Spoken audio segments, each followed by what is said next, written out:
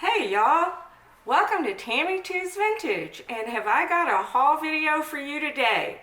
I have some estate sale items, some online estate sale items, and a few things that I picked up from thrift stores. So stay tuned to see what treasures I've got to share with you today.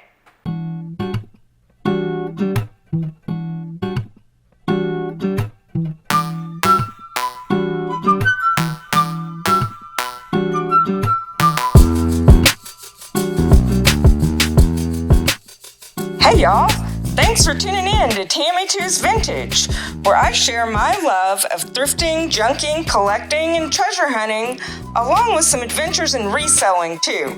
You might even get a glimpse of my crazy life on the side.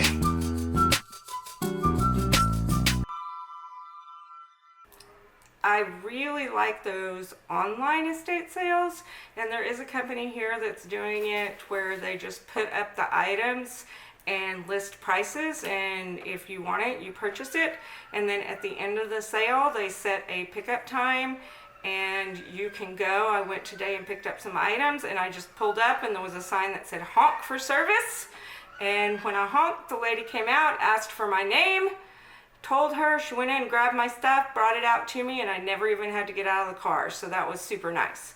So I am going to share with you those finds that I have from the last, probably a couple weeks. Like I said, I haven't been out a lot, so even the ones that I have picked up are not really big hauls. But we'll start with some of the Goodwill and thrift store items that I picked up. So there's a local thrift store here in town that does great work. They benefit a local charity that helps out our seniors, and the people that work there are awesome.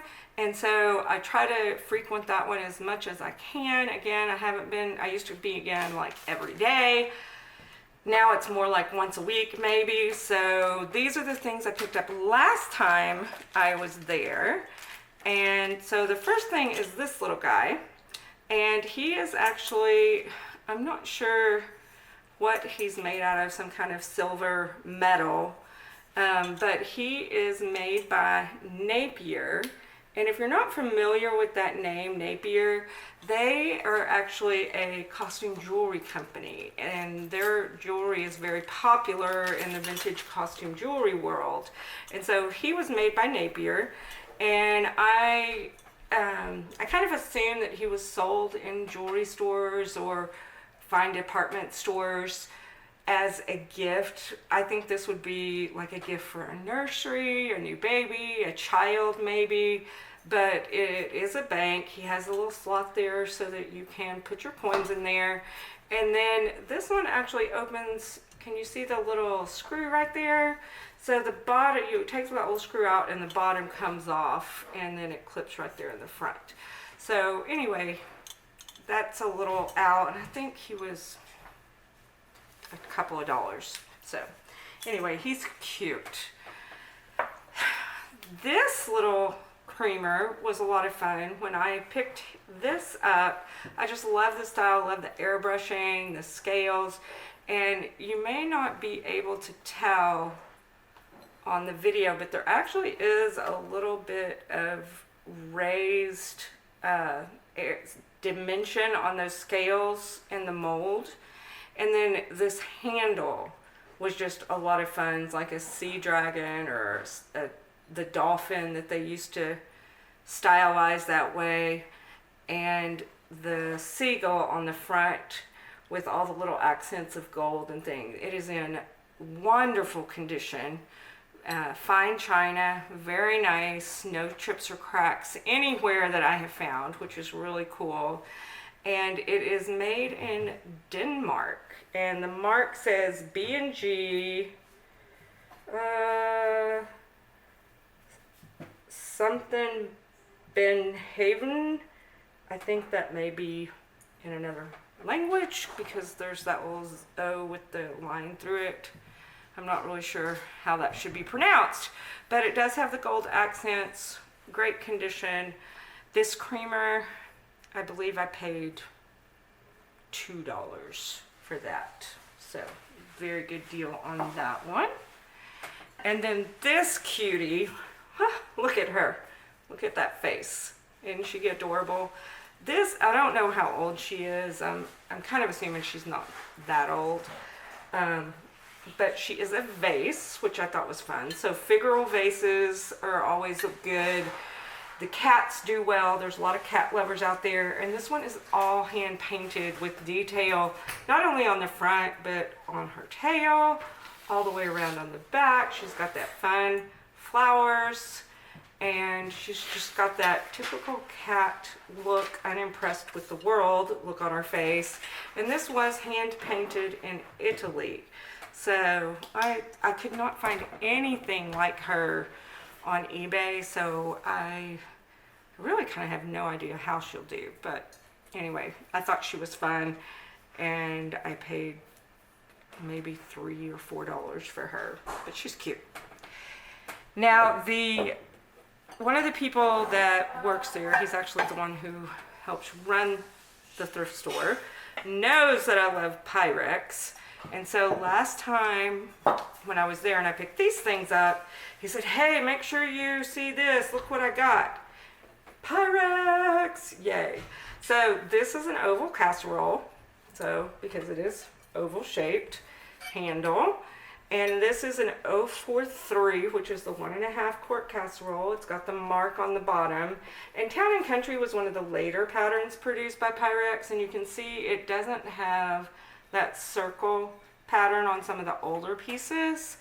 But the Pyrex, this, like I said, 043, the great condition. It's got very shiny design, and I love it. So unfortunately it didn't have the lid, but it will, I can always find lids later. All right, and the other piece of Pyrex is also a casserole. This is a round casserole from the 470. This is actually from the 470 set or the 480 set, because this is a 473. And so it was the biggest casserole in the 470 set, the smaller casserole in the 480 set. However, this particular color, so when I picked it up, since it was with the Town and Country, I thought, oh, this is probably a piece of Town and Country. The solids sometimes are kind of hard to remember which go with which set. So I got home and realized, no, this is not the color that goes with Town and Country. And I started doing a little research and realized this is actually a piece that goes, the bottom has a top, a clear glass lid that has a design on it that was a promotional piece. So there's no set. This is the only one that came in this color to go with that lid, but I didn't have the lid. Now this is where it gets kind of amusing. I had got online, identified it, shared my suspicions in one of my Pyrex groups, and just to have the confirmation of other people that yes, indeed, this was the promotional piece that I thought it was. It has a lid that has a circle pattern that's brown and black and a little bit of tan. And so I was like, okay, yay, now I'm on the hunt for the lid. Well, the next day, someone in one of my Pyrex groups on Facebook posted that lid and another lid and said, hey, I have these lids. I don't have the dishes that match them. I would love to bless somebody who has the dish and is looking for the lid. So she is sending me the lid. I love this community. I love people who collect the vintage things. Everybody's usually helping each other out, and I think that's just awesome. So I'm looking forward to getting that lid. All right, now on with the Goodwill. We're still thrifting. So let's look at some Goodwill items that I picked up. These are a set of 5 dishes, they look like dessert plates or bread plates. And these were made by Taylor Smith and Taylor. And that's a very prominent name in mid-century dishware. But this is their Autumn Splendor pattern, and I just love that. That is such a mid-century pattern there. Very awesome. And if you could feel these plates, you can tell these are a nicer, they would not have been considered everyday wear back then. It's maybe they would have been, I don't know, but they do feel a little bit finer than some of the Taylor Smith and Taylor just regular dinnerware. So but it is marked on the back, and it's marked in gold, and I just love the pattern. I love the leaves. So this was not marked when I picked it up. It didn't have a price on it. So I took it up to the counter and I asked the man working the counter if he would price it for me. And he's like, okay. And he went to the back and came right back. And I ended up paying $5 for the set, or $4.99 for the set, or about $1 a plate. So they're listing online anywhere from about $4 to $5 up to $7 a plate. So, you know, with $1 a plate, even if I sell them at $4 a plate, that's a pretty good deal. And because I love them so much, I may end up keeping one for me just to keep, and selling the other 4 as a set. So I don't need to start another collection, but I love mid-century dinnerware, and I'm thinking maybe if I just keep one one dessert plate from the patterns, maybe that won't take up too much space. Maybe hubby won't notice. I don't know. But I love those. All right. Now this one I couldn't pass up because it was 99 cents. It is a little cruet, and one of the things you can check is you can see how the inside of that lip is ground. That means this piece did at one point have a stopper, and unfortunately that stopper is missing, which of course will affect value. But I do believe this is possibly Fenton. The weight is really nice. It is a fairly good weight for this size of cruet. And the other thing that really made me notice what was going on with it is this bottom. If you can see, the bottom is ground very nice and smooth. That pontile mark is all the way gone. It is polished clear, which is another sign of a nicer glass. And it is a little bit concave, not a lot, but just a little bit. So yeah, I was like, I think this is probably Fenton. They call this a cranberry thumbprint. And that's the design with these little, you can see those little circles in the glass, and then the color is cranberry. So for 99 cents, I picked this one up. And I think I probably, without the stopper, it may go to $15 maybe. So, all right. Now this is a fun little piece that I really honestly don't know much about. When I saw the color and the way the glaze was, it really reminded me of Van Briggle, a piece of Van Briggle pottery, because they're known for this blue glaze. And I picked it up, and it is not Van Briggle. It is not marked on the bottom Van Briggle. It does have this mark, which I have not yet researched much. So we're gonna see if I can read that and figure out what it says. But it is very nicely done, very nicely thrown, hand-thrown pottery. The handle, of course, is applied afterwards, and the handle's really neat. It almost has like a reptile scale, snake skin looking pattern on it. It has been used as a candlestick because there is wax. I haven't even cleaned that off yet. But it is really nice, a really nice piece, and I'm anxious to find out who the maker is on that. So let's keep going. This piece right here. So this was an interesting piece that I picked up.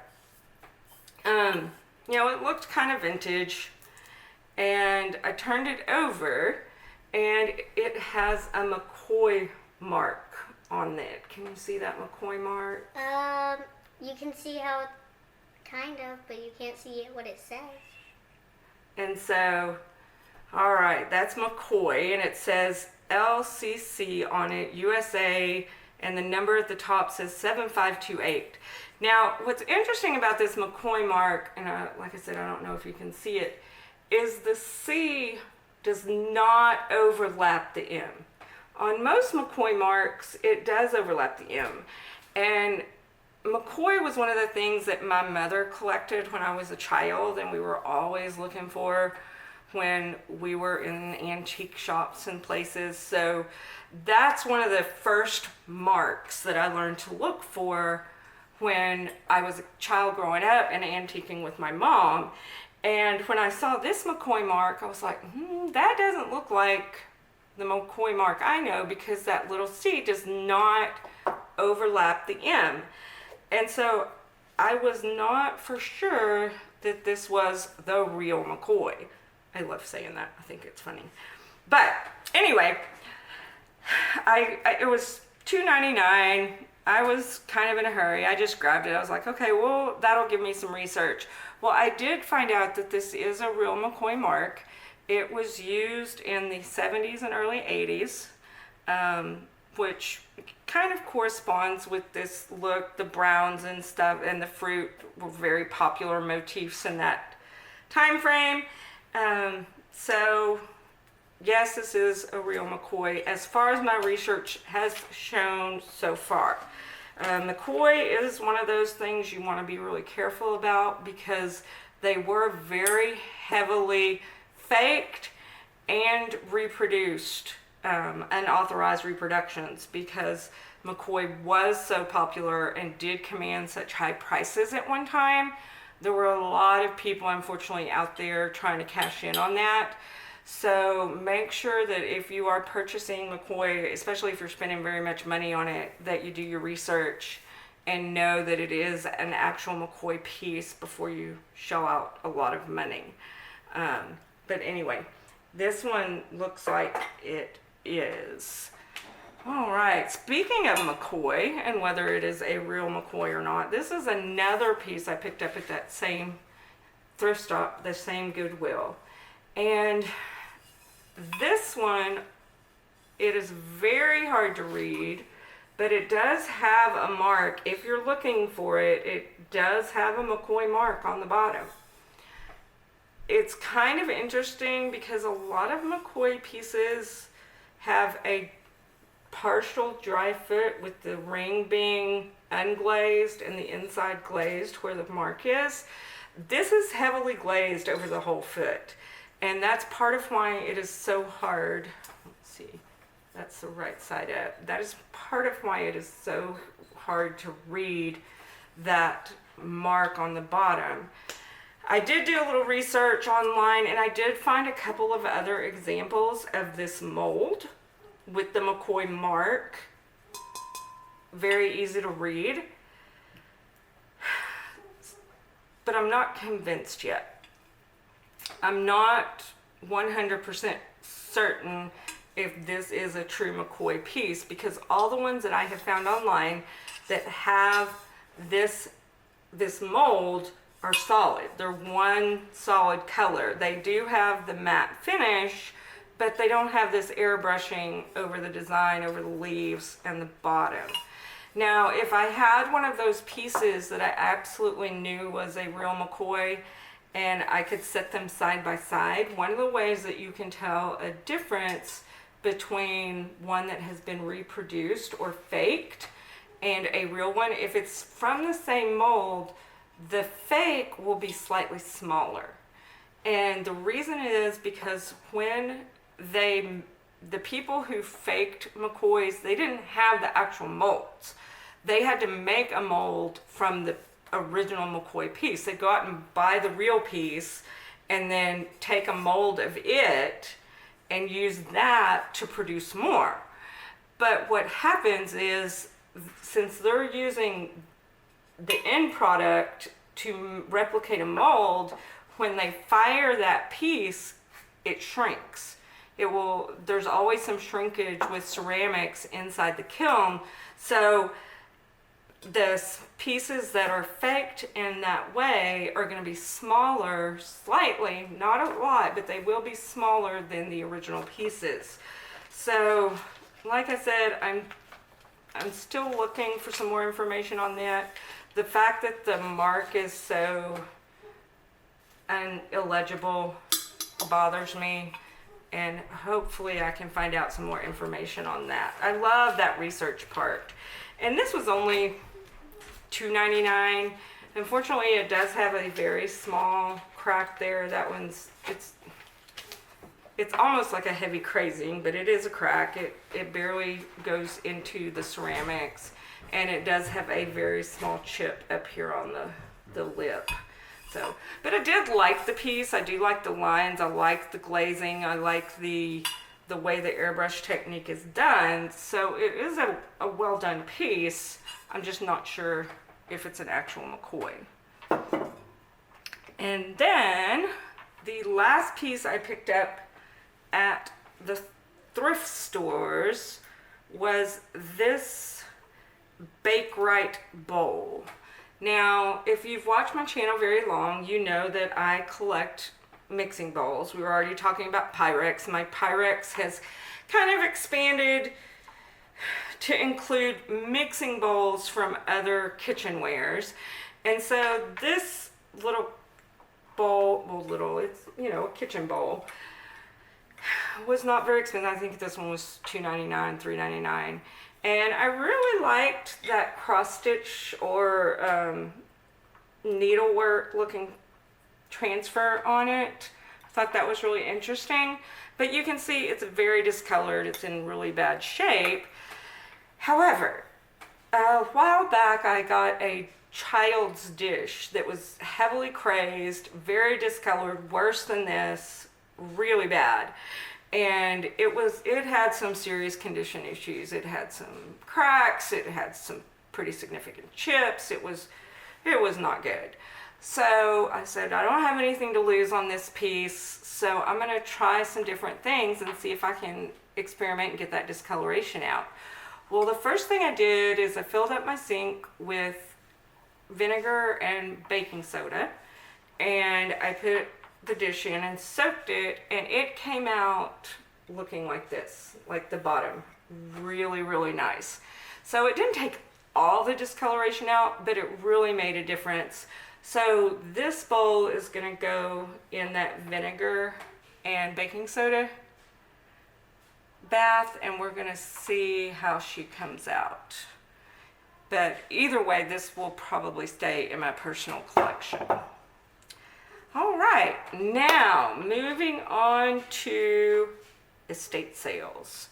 All right, so I mentioned before the estate sales here haven't been running quite like normal. A lot of them are taking appointments or they're doing them online. The stuff that I picked up at this estate sale that I'm going to show you were actually the estate sale was done by appointment, so they've had severely limited the number of people that were allowed in the house. And because of that, it was really nice to just, show up, go in. You didn't have to stand around and wait in line. And anyway, it was a nice sale. So I like that the company did it that way.